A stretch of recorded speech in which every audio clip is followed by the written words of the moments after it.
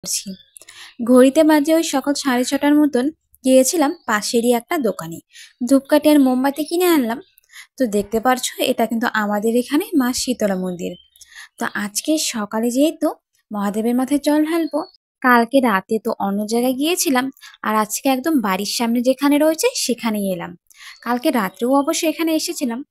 তো এখানে আমাদের মা শীতলা মন্দির রয়েছে। তো এখানে আমার দিদা শাশুড়ি বলেছিলেন ওনার ইচ্ছা ছিল যে এখানে একটা চুন্নি দেওয়ার, মানে ওড়না দেওয়ার। তো সেই ওড়নাটাই দেওয়া হলো।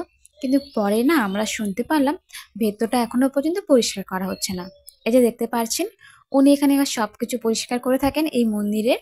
তো উনি বললেন যে মা শীতলা মন্দিরটা না এখনো পর্যন্ত পরিষ্কার করা হয়নি।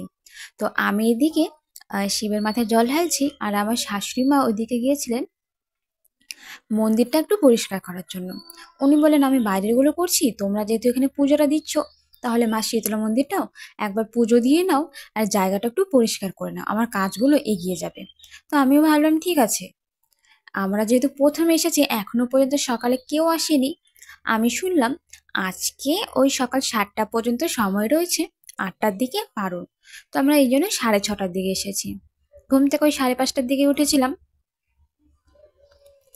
আর আশেপাশেই যদি এরকম মন্দির থাকে তাহলে আর কি লাগে বলো তো, দূরে যাওয়ার কোনো প্রয়োজনই নেই। সব জায়গায় ঠাকুর তো একই হয়। তার জন্য দেখো এদিকে কিন্তু রয়েছে। আর এই মন্দিরটা জানো, আমার যখন নতুন নতুন বিয়ে হয়েছিল তখন এখানে এরকম বড় গ্রিল বা পাকা করা কোনো কিছুই ছিল না।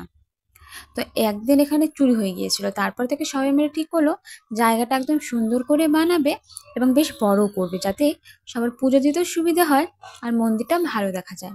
তো সেই কারণে বড় করেছে। দেখো এখান থেকে কিন্তু খুব সুন্দর দেখা যাচ্ছে মন্দিরটা। সামনে না একটা ঝুমুর লাগিয়েছে, আর নিচে আলপনার ডিজাইন বানিয়েছে, লাল কালার দিয়ে যেগুলো ঘরে ডিজাইন করা হয় সেই আলপনা।